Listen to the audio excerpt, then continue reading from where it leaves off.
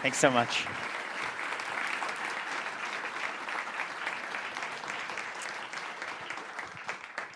Thank you. It is really wonderful to be here in such a exquisite space and with such a large audience.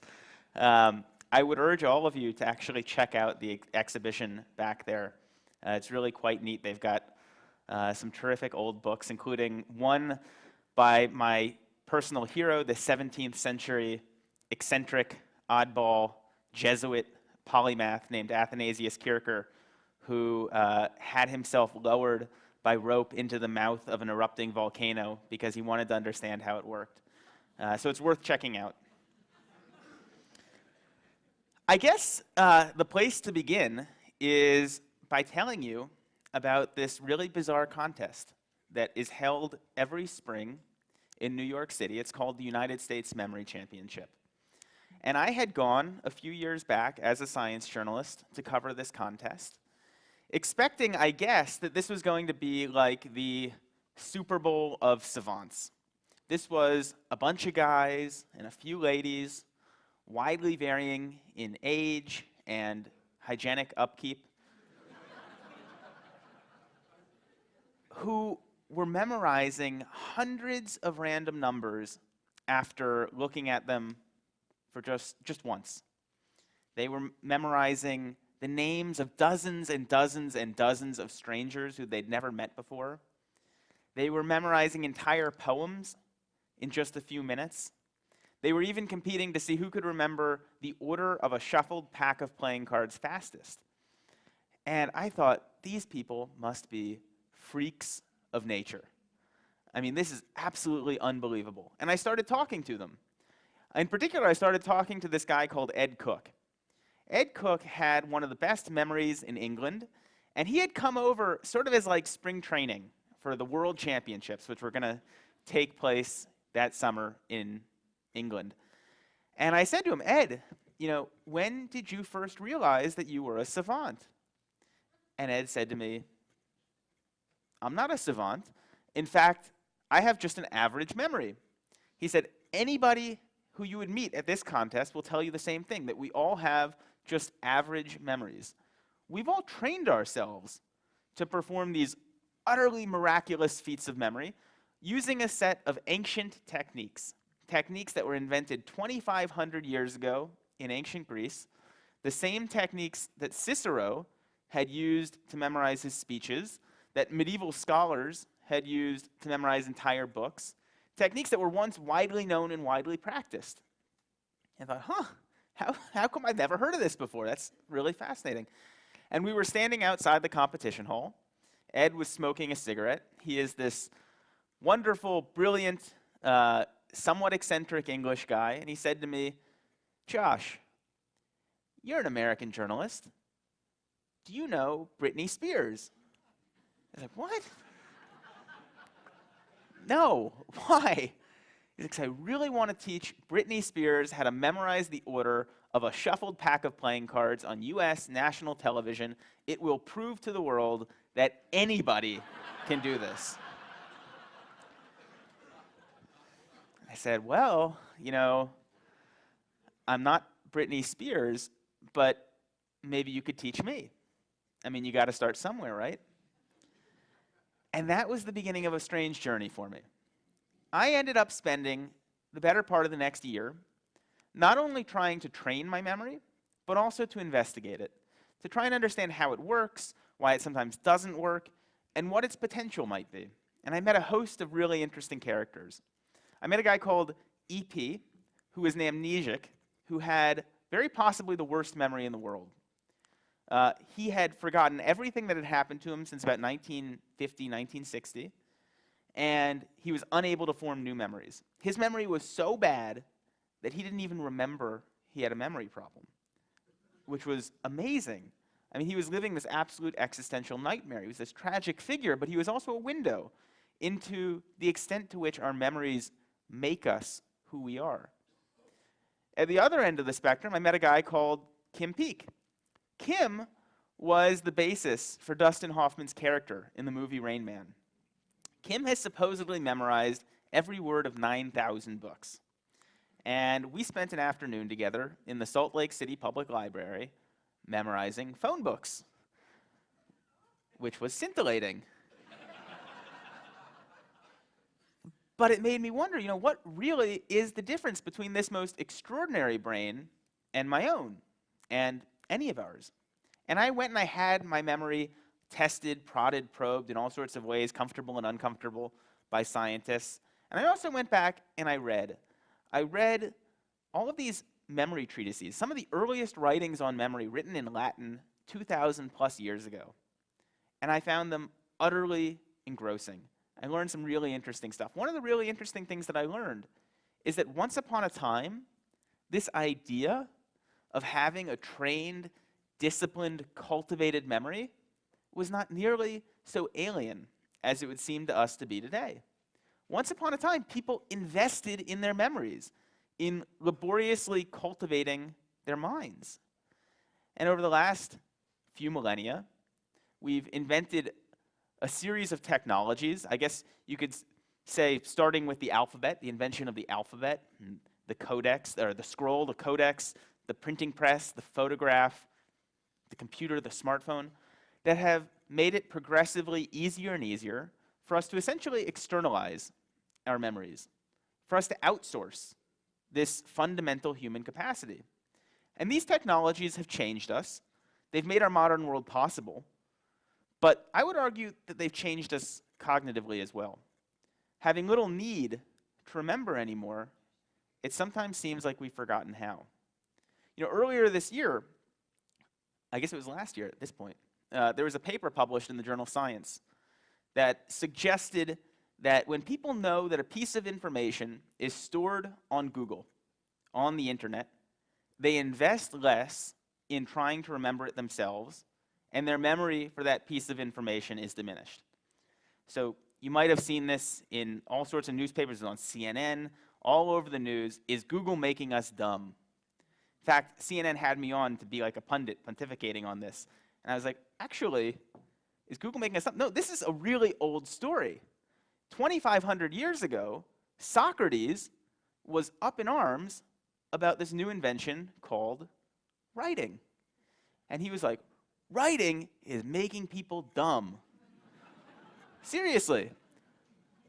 People are going to start taking ideas out of their minds, putting them down on papyrus, and thinking that they're still smart, when in fact they're just empty vessels. And the culture is headed down this terrible, treacherous, no good, very bad path. Fortunately, somebody had the good sense to write this down. Thank you very much, Plato. And while I think from our present vantage point we would say, okay, Socrates was overstating the case, I think we can also recognize that there was something in what he was concerned about that rings true. One of the last places on earth where you still find people who are passionate about this idea of training their memories in a disciplined way is at this totally singular memory contest, the US Memory Championship. It's actually not that singular. There are contests held all over the world in about a dozen countries, and a world championship held every summer. And I found myself asking myself, how do these guys do it? How do they remember all of this information? Do they have photographic memories? Turns out, photographic memory is a myth. There is exactly one case in the scientific literature of somebody with a truly photographic memory, as in the ability to take a picture with their mind's eye and reproduce it with perfect fidelity later. It was a paper published in the journal Nature in 1970. Most psychologists now doubt that particular study. They ran ads in newspapers all over the world. If you've got a photographic memory, come forward now. They never found a single other person. In fact, the woman who was found with the photographic memory, it turned out she married the scientist who studied her, never studied again. There's all sorts of weird stuff about this. So, if it's not photographic memory, how do we explain these people who are able to memorize thousands of random numbers after looking at them just once or twice? A few years back, a group of researchers at University College London brought a handful of these memory champions into the lab. They wanted to know, do these people have brains that are somehow structurally, anatomically different from the rest of ours? And the answer was no. Are these people somehow smarter than the rest of us? They gave them a bunch of cognitive tests, and the answer was not really. They did find one really interesting and telling difference between the memory champions and the control subjects who they were comparing them to. When they put these guys in an fMRI scanner and looked at what parts of their brains were lighting up when they were memorizing stuff, when they were learning strings of numbers, people's faces, pictures of snowflakes, they found that the memory champions were activating a region of the brain that the control subjects weren't. In particular, this was a region of the brain associated with spatial memory and navigation. The same part of the brain that they would be using if they were driving their car around the neighborhood. Why? And is there something that the rest of us can learn from this? We'll come back to that. First, I want to tell you a little bit more about this sport of competitive memorizing. This sport is driven by a kind of arms race, where every year somebody comes up with a new way of remembering more stuff more quickly, and then the rest of the field has to play catch up. Typically, it's one of the guys who's temporarily unemployed or underemployed or permanently unemployable.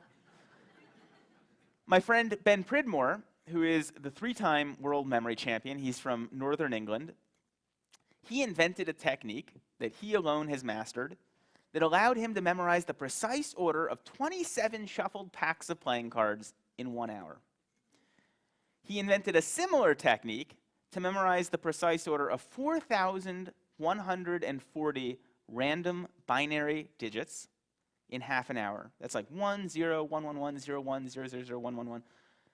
Now, that's amazing.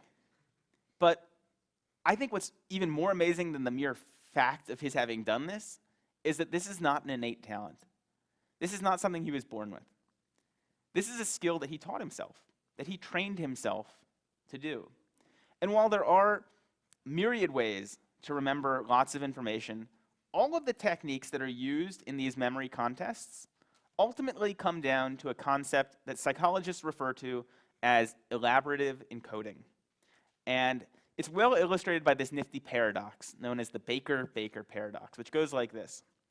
If I tell two people to remember the same word, if I say, Jack, remember that there is a guy named Baker, capital B, Baker.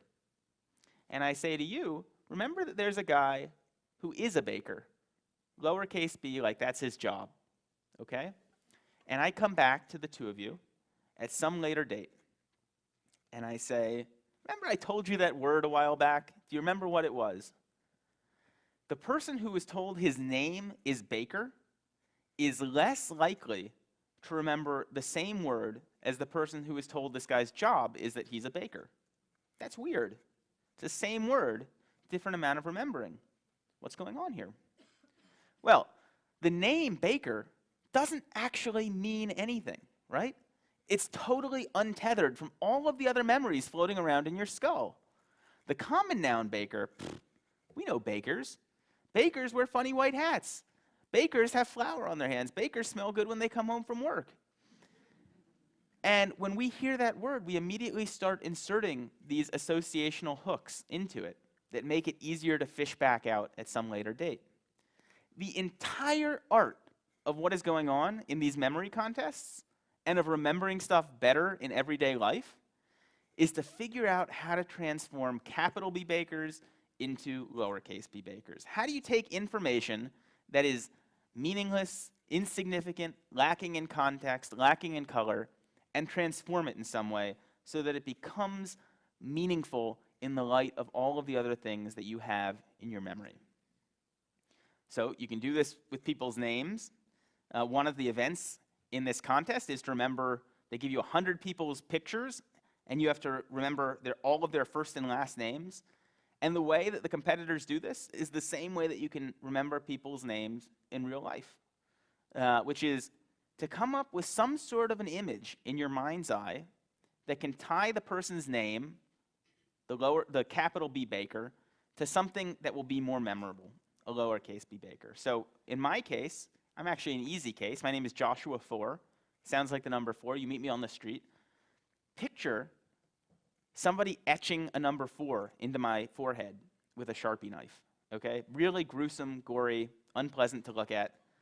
And if you take a second to see that, my name will be that much more memorable. The next time you see me, that association, that extra hook, will be there to pull back out, and you'll say, oh yeah, Foer, right, I remember, I met you. That's the entire essence of it. That's how these guys memorize hundreds of names in just a few minutes. And well, let me tell you actually about one of the more elaborate techniques that is used in these contests for turning bakers into bakers. It's known as the memory palace. And it goes back 2,500 years to ancient Greece. The story, as it's been handed down by Cicero, it's probably apocryphal, but it's a good story nonetheless, is that there was a poet called Simonides. Simonides was attending a banquet where he was the hired entertainment. Because back then, if you wanted to throw a really slamming party, you didn't invite a DJ, a band, a magician, you invited a poet to read a poem.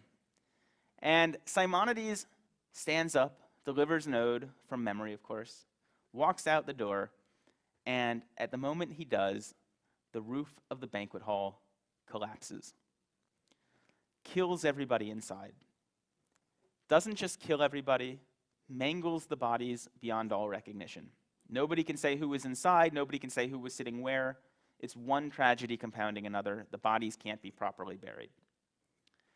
Simonides, standing outside in the rubble, the sole survivor of this catastrophe, closes his eyes, and he has a realization, which is that in his mind's eye, Simonides can still see where each of the guests was sitting around the banquet table.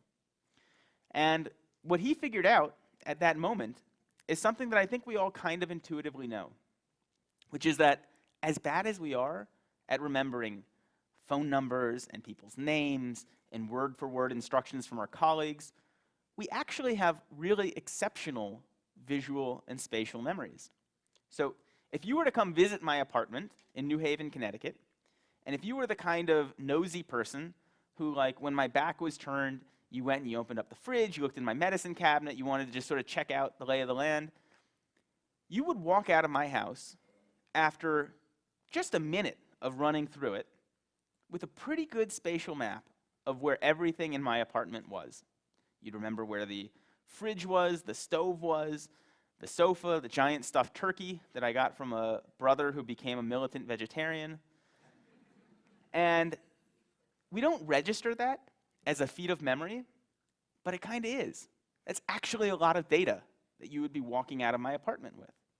And what Simonides figured out was, all right, what if instead of remembering all that useless stuff, what if we used our spatial memories to remember stuff that we really cared about? What if, instead of all these people sitting around the banquet table, what if it had been every great Greek dramatist sitting in order of the year in which they'd been born?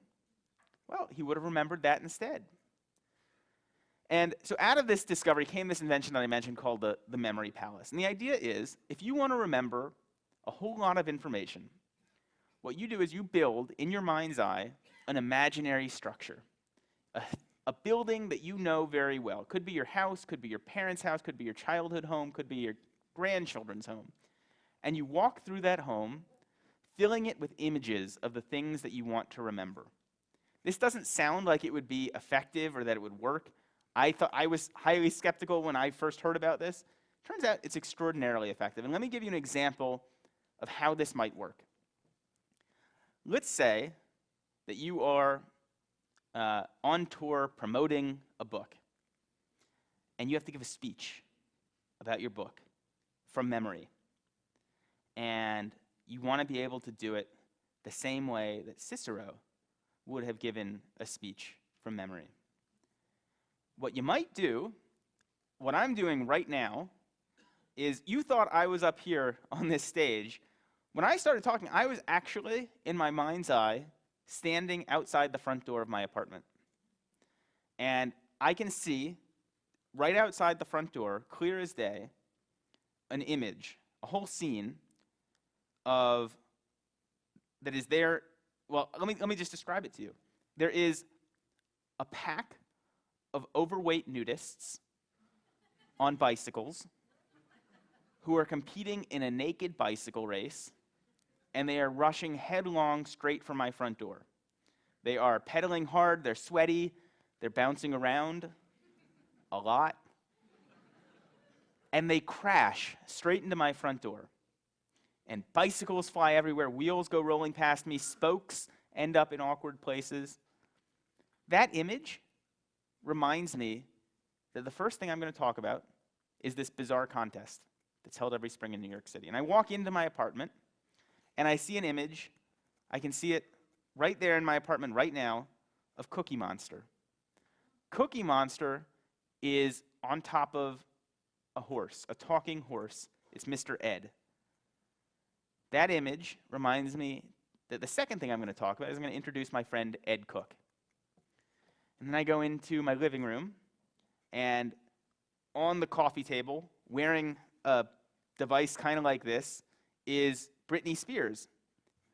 Pre-pregnancy Britney Spears, scantily clad, dancing, singing "Hit Me Baby One More Time." And that reminds me to tell this funny anecdote about Britney Spears. And then I go into my kitchen, and there's an image to remind me to talk about this journey that I went on. I continue like that through my house. This is how the Roman orators memorized their speeches. Not word for word, which they said was just a bad idea, it's going to screw you up, it's going to make you sound like a robot. Rather, they memorized them topic by topic. In fact, the phrase topic sentence, that comes from the Greek word topos, which means place. That's a vestige of when people used to think about oratory and rhetoric in these sorts of spatial terms. You know the phrase "in the first place"? Like, in the first place, in the second place, that's in the first place of your memory palace. I thought that was just fascinating. I thought this whole world of competitive memorizers was just fascinating. And I had this notion that I might write something longer about this subculture of people who get together on the weekends, these weirdos who compete to memorize lots of stuff. And I went to a few more of these competitions. And I found that there was a problem, which is that a memory contest is a pathologically boring event. Truly, it is like a bunch of people sitting around taking the SATs. The most exciting it gets is when somebody starts massaging their temples. And I'm a journalist. I need narrative, I need drama, I need tension, I need something to write about. And I realized there's all this incredible stuff going on in these people's heads, but I don't have any access to it. And I thought, if I'm going to write about this, I really need to walk in these folks' shoes. And so I started practicing with these ancient mnemonic techniques, the memory palace, these other forms of visualizing stuff that go back 2,000 plus years to these earliest Latin memory treatises. And I found this was actually kind of fun, surprisingly fun. I never would have guessed that sitting around memorizing stuff would be fun. But it turns out what you're doing is you're not actually training your memory. What you're doing is you're training a kind of imagination, right? What you're doing is dreaming up these utterly ludicrous images in your mind's eye. The crazier, raunchier, stinkier, funnier, more emotionally resonant, the more likely it is that they will be memorable. And I found that to be kind of a weird way of, exercising my imagination that I wasn't really used to. And I found that I started to get kind of good at it. And I ended up deciding that I would come back to that same contest that I had covered a year earlier. I thought it would make a nice kind of exercise in participatory journalism, a neat epilogue to all the research that I had been doing about memory. And so I started training for the contests that were held as part of this competition. One of them involved 5 strangers coming up on stage and reeling off as much biographical information as they could come up with. This is my name, here's my phone number, I like to eat pizza, spaghetti, and clams, here's what kind of car I drive, the names of my pets, etc., etc., etc. And you had to memorize as much of it as you possibly could. Anyways, I came back, I entered the contest, and my experiment went kind of haywire because I won the contest, which really wasn't supposed to happen. And not only did I win, I ended up setting a new US record by memorizing the order of a shuffled pack of playing cards in 1 minute and 40 seconds. which might sound impressive, but is actually totally unimpressive by the standards of the international memory community. The top time right now is 21 seconds. That's just about as fast as you can turn the playing cards over. And Americans, I have to confess, on the competitive memorizing circuit, we're sort of like Jamaican bobsledders.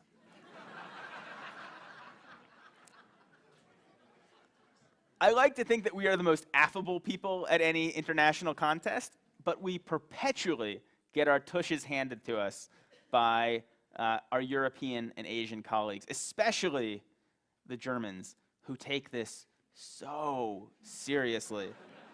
They have state contests, regional contests, high school contests, national contests. The German national memory champion is like a celebrity. He appears on television. Women throw their panties at him. It's really, there is something about this that just speaks to the Teutonic soul in a way that few other things do. And so the world record holder, of course, with the 21 seconds is a young German guy. And while it is neat to be able to remember packs of playing cards and poems and speeches, it's kind of beside the point. These are actually just tricks. They are tricks that work because they take advantage of some very basic principles about how our brains work. And you don't have to be memorizing decks of playing cards or building memory palaces in your imagination to benefit, I think, from a little bit of insight into how your own mind functions. We talk about people with great memories as though it were some sort of an innate gift, but I am convinced that that is not true, that a good memory is learned. And at the most basic level, we remember when we pay attention. We remember when we are deeply engaged. We remember when we're able to take a piece of information, an experience, and figure out what is meaningful in this, what is significant in this, what is potentially colorful in this. When we're able to transform bakers into bakers. The memory palace, these memory techniques, they're just shortcuts. In fact, they're not even really shortcuts. The reason that they work is because they make you work. They force a kind of depth of processing, a kind of engagement, an attention, a mindfulness that most of us don't normally walk around exercising. But there actually are no shortcuts. If you want to live a memorable life, that's what you have to do. You have to be present. You have to pay attention. You have to be mindful. All this stuff that sounds like a cliche is actually true. And I'm convinced from my own experience that I learned firsthand that there are extraordinary memory capacities latent in all of us. But if you want to live a memorable life, ultimately you have to be the kind of person who remembers to remember. So, I think I should open this up to some questions. Feel free to ask about the science of memory, the history of memory, stuff that I may or may not know anything about. Yes? Let me come by with a microphone. Hold on one second. Well, we want to get it on our video tape. I lost you. Where are you? Okay. It's kind of a two-parter. How long do people retain these memories of these packs of playing cards? And could you put this to any possible use in an academic setting, learning foreign languages, chemistry tables, things like that, so that you'd have a permanent memory of these useful things? Yeah, so how long do the memories last in a memory palace? As long as you want them to, in a sense. So in these competitions, you typically want to forget stuff as soon as you remember, because ultimately, who cares if you have 4,000 binary digits up here, right? You don't need that. So people will consciously try and not visit that memory palace in their imaginations for as long as they can, so that those images can fade. If you want to store something permanently using this technique, what you would do is go back and refresh it, maybe a week later, then maybe a month after that, maybe 6 months after that. Ultimately, if something's going to last for the long term, it's got to be refreshed. So Ed Cook, uses this technique to memorize Paradise Lost, right? But he's got to make sure it's all up there periodically, that it hasn't faded. In terms of uses in an academic setting, these sorts of techniques are really handy for remembering structured information. One of the events in the contest is how many historic dates can you memorize in 15 minutes? Or maybe it's 5 minutes, actually. See, I've already forgotten. That's kind of a handy thing to be able to do in an academic setting. I think more than the value of these particular, than of like learning how to build a memory palace, there is definitely value, and it's demonstrably true, in teaching kids a little bit about how their memories work. Most kids don't know basic stuff, like, if you're studying for a test, study the stuff that you haven't mastered yet. Don't study the stuff that you already know. Like really basic study skill stuff. Like I said, these are all based on basic principles about how the mind works, or the value of space learning. The best way to learn a piece of information is to learn it, go away from it for a while, come back to it, go away from it for a while, come back to it, go away from it for a while. Have there been any efforts to try to use these techniques with individuals suffering from brain deterioration, Alzheimer's, or other diseases? And if so, any promise of some impact? Yes. So, as compensatory strategies, if you need to memorize your shopping list, this works even if you've got, you're starting to lose your memory. The problem has always been you have to remember to use the techniques, right? And it's not as though this sort of mental training can reverse memory loss or even prevent long memory loss in the future, I believe. You do hear people writing books and selling DVDs promising that if you do these exercises, you're going to stave off Alzheimer's. I think that is probably oversold. That's my opinion. I'm skeptical of a lot of that. How many memory palaces do you have? Do you continue to use them today, and how often do you need to clean them out? When I was training for this contest, I had probably a dozen or 2 dozen, somewhere in that range. The people who compete at this at a really high level, the Germans and the Brits especially, and the Chinese now. The Chinese are juggernauts in this, as in all things these days. They might have hundreds, and they might be very, very large. There's a guy called Peter Vervenna in the 15th century who is one of the leading jurists in Italy of that era. And he had thousands of memory palaces that he was using to store every anecdote and fact he could ever want to drop into conversation or into some sort of a legal setting, organized alphabetically by subject matter, which is remarkable and says quite a bit about how our use of our memories has changed over the years, because we'd regard this guy as crazy today. Yes? In acquiring this wonderful gift, do you need to associate what you memorize with the meaning of it, or just accumulating words in sequence but have no meaning to you? Well,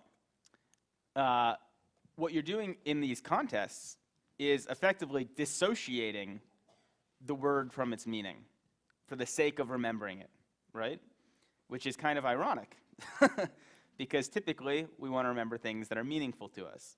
The essence of true knowledge is remembering information in a context, which is to say figuring out what is meaningful in it and how that meaning relates to the other things that you already know. Sometimes, though, you are in a situation where you want to cram a whole bunch of stuff in. And in these contests, what they're doing is creating a kind of artificial meaning. The memory palace, what this is doing is taking a piece of information that doesn't have a context and kind of giving it an artificial context by putting it in this sort of spatial arrangement. So in that sense, it's dissociating what you're remembering from the meaning. How could you use this technique to remember someone's face? Just to remember we're actually really good at recognizing people. Most people are really good at recognizing, have I seen this person before? The problem is, okay, I've seen this person, they're familiar, but who the hell are they? That's always the problem, right?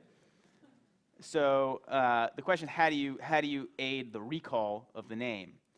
And the only trick I know is to put more associations into the name, to link the name to the face, right? So what we did with my name, Joshua Foer, etching the 4 into my forehead, what we were doing there was making an association between the word that is my name and my face, so that hopefully when you run into me, that association will be cued back out.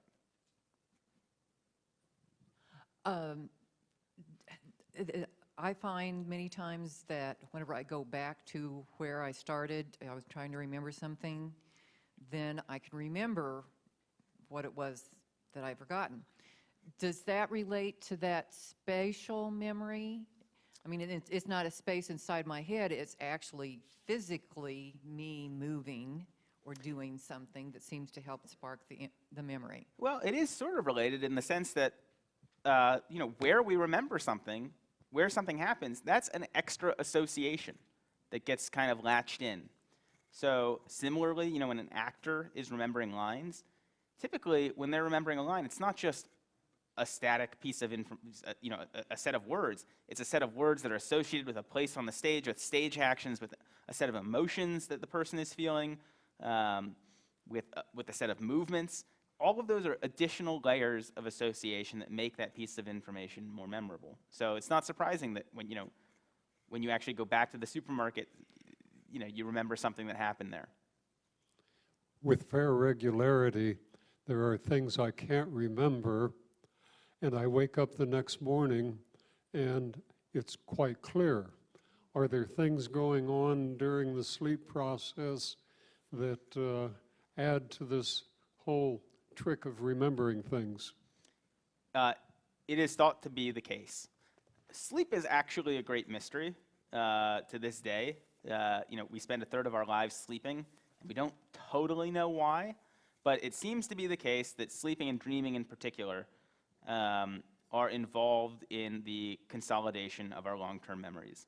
Part of the reason that our dreams may seem to feel like this kind of surrealist replay of details from the day before is because that is either part of or a byproduct of our brains consolidating those memories for the long term, which is literally an act of transporting our memories. I mean, our long-term memories are stored in the cortex, and the part of the brain that is reactivated in the act of remembering is the hippocampus, which is a different part of the brain. So that's sort of what people think, but my impression is that this is still far from an entirely settled matter. When you spoke of people who can, well, you, for instance, can memorize cards very quickly, they're not using the memory palace, surely. What method do they use? I'm sorry, who are you speaking of that can? People who can memorize cards very quickly, in 21 seconds, for instance. Yeah, that's the technique they're using. They're using the memory palace. That's how they're doing it. Really? Yeah, really. I know. That was my reaction, too. I didn't believe it either. That is actually what they're doing. They're creating images to represent those cards, and they're seeing them in a space. It's, like I said, it's kind of shockingly effective. I didn't believe it until I tried it myself. And I would urge you, to go home and try it. Try and memorize your next shopping list this way. You mentioned that memory is linked to spatial associations and the navigational spatial part of the brain. Does that mean that left-handed people and artistic people are better at memory? I don't know. That's a simple answer. I don't know. Oh, hang on. Someone over here had a question. Okay. When I think about your statement about memorizing a whole deck of cards, about a third of my brain automatically gets incredibly rebellious and says, I'm not going to remember any cards. I'm not going to even try to memorize those kinds of things. And my question is, when you and these memory experts are doing these unbelievable feats, what kind of feeling do you have in your body? Is it work, or is there, are they excited about doing this? Because I have a feeling that, I mean, my theory would be that that if they weren't excited about it, it would be incredibly difficult to get their emotional systems to go along with this. Well, I think a lot of them find it really fun. Not only because it involves sort of challenging their imaginations in new ways, but because a lot of them are kind of competitive people, and they like pushing themselves. The guy who won the US championship last year, and is probably the favorite to win it this year, just to give you a sense of the kind of people who participate in this, 3 weeks after winning the championship, he was on the top of Mount Everest. Because what else would you do after winning the US Memory Championship except climb Mount Everest? But to your point, to your question, you know, I actually think a lot of this is attitudinal, and we don't trust our memories. We have this sort of idea that every time we forget something, it is like evidence that, you know, dementia is setting in, or that we just have terrible memories. And that attitude actually prevents us from ever really trying. I mean, if you notice, people who get up to give speeches that have with notes, even if you have the best possible intentions that you're not going to look at those notes, that you know you've really got this down, you're going to deliver it straight from memory, but you've got the notes there, you start to peek over at them and fall back on them, and then before you know it, you're reading entirely from the notes. And that's what I think that study that I mentioned from Science that came out last year about, is Google making us dumb? When we know that we've got a smartphone in our pocket and we can always look something up, that the answer is always just a thumb click away, we become kind of lazy. We become lazy about using our minds. And that's what I fear is in our future as a culture, that, you know, this is a really neat device, but this is just the beginning. The stated vision of Larry Page and Sergey Brin, the founders of Google, is that they want their product to be delivered straight into your cortex. They want you to think of a question and you will have the answer go straight into your brain. That's what they've said. That's what they are marching towards. And that's going to happen, I think. I don't know if it's going to be in my lifetime, my children's lifetime, but that's where things are headed, and I'm not entirely sure that's a wonderful thing. Hi. You talked about intentional memorization. What about some unintentional? For example, witnessed a crime scene, or where did I lose my keys last time? I'm sorry, I didn't catch the end of your question. How do you remember being witness to a crime scene and remember the person's face, or what really happened, or where did I lose my key this morning? How do you remember that? Look, you know, there are no shortcuts. If you want to remember stuff in real life, you got to pay attention. That's most of the time when we don't remember where we threw down our car keys, it's because we were not paying attention. And that's usually fine. We ultimately find our car keys. But you don't want to be the kind of person who treats everything in life like you're just throwing down your car keys. And I'm convinced that attention is something that you can will. The notion of like making sure that you are present. I mean, I'm sure that there were a lot of people in this talk at some point or another started to kind of like doze off or like think about something else. Their mind was wandering. That's okay.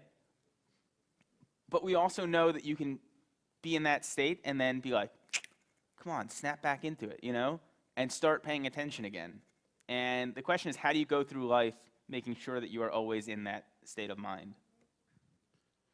Similarly to that and to your Google making dumb question, I know that I've seen research concerning the formation of memories causing other areas of the brain to have a diminished capacity to create memory. During your training, did you notice a heightened or diminished sense of acuity in your other normal day-to-day memories? No. I'm obviously only one person, one data point, but I tried to go about this as rigorously as I could. And I had scientists kind of looking over my shoulder as I was going through this training. And I'm not convinced that there were any sort of universal changes to how I thought or how I remembered other stuff. But, you know, I'm not sure that I was that rigorous about measuring that sort of thing. Could you clarify something for me?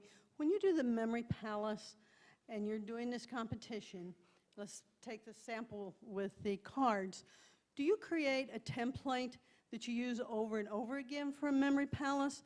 Or are you creating a new memory palace with every deck of cards? Well, you probably would have a handful of memory palaces, and you wouldn't want to use the same one over and over again, at least not for a while, because you'd get interference between what you were remembering that day and what you maybe remembered 2 weeks ago.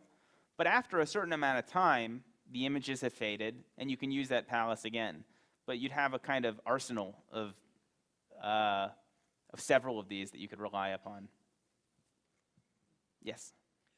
I wonder how many people in your audience who play bridge remember what cards are left, or and also this gentleman behind us mentioned application in foreign languages. How many of these people in these two areas can somehow relate what they did to learn that trick, either in language facility or in bridge, with what you're saying? Sure. So Ed Cook, the guy I mentioned, who was sort of who took me under his wings and taught me everything he knew, and he's the main character in my book, and was a great good fortune that I met him when I did. He's the reason this book happened, this story happened. His new project is he's got a website called Memrise, M-E-M-R-I-S-E, which I would urge you all to check out. They just got a whole big heap of cash from some venture capitalists to continue to develop this. And what he's doing is using the very same techniques that he taught me, that I was using in these contests, to remember foreign language vocabulary.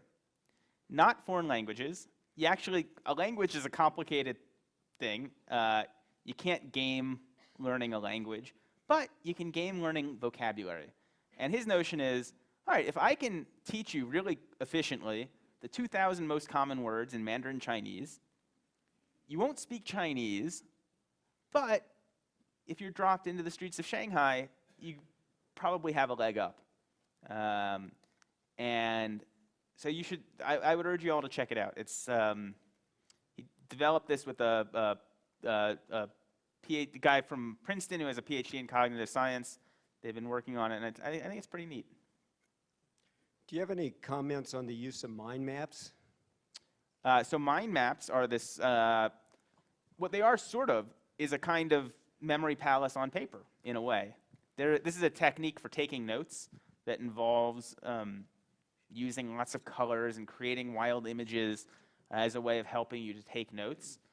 It's not something I do personally, but there is demonstrable evidence that they are effective. I think you get like 10% better recall. It was a paper I read from people who who take notes using a mind map versus taking notes the old-fashioned way.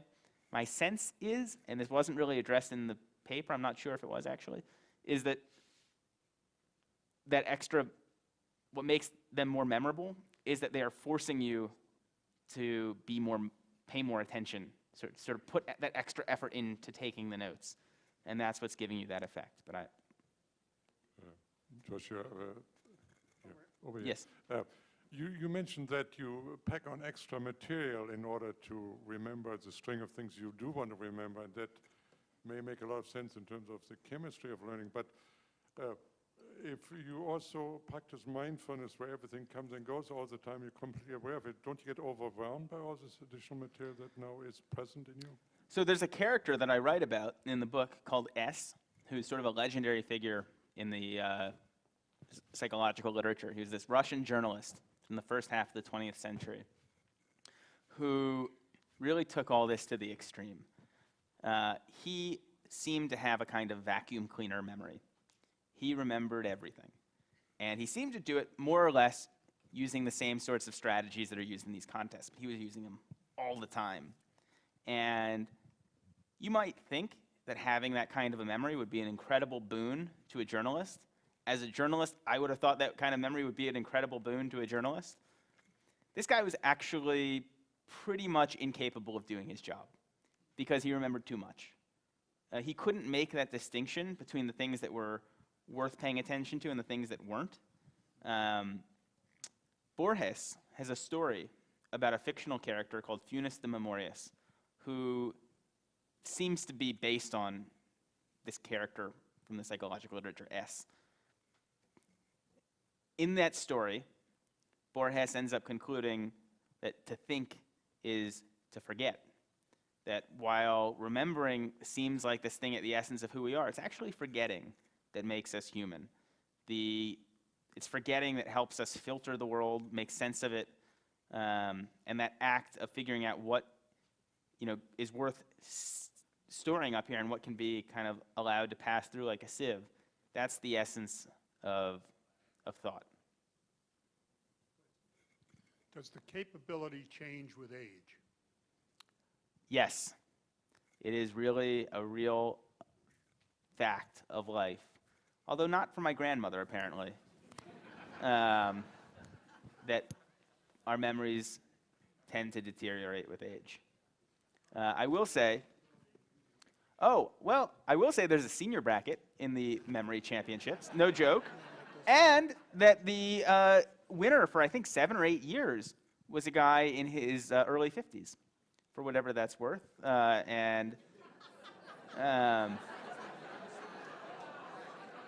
well, he hadn't yet qualified for the senior bracket yet. I don't think he's competing anymore, but yeah, that's right. They put you on the senior tour in the PGA once you qualify for the AARP, right? So. All right, I know a few more hands are up, but due to the time, we only have time for one more question. Hi. In your book, you mentioned another fellow, Daniel. Yes. Did you hear from him or his lawyers after the book came out? So Daniel Tammet is probably the world's most famous savant. He was the subject of a documentary. He's been on 60 Minutes, on David Letterman, and as I started getting into my research, I started having questions about this guy's story and finding myself wondering whether this guy might not actually be that different from the rest of us. And so in the book, I kind of go into his story and hopefully reveal that it is more complex than it's been presented either by him or by the media. But I haven't actually heard from him recently. Anyways. Thank you, Joshua. Thank you. Thank you for having me.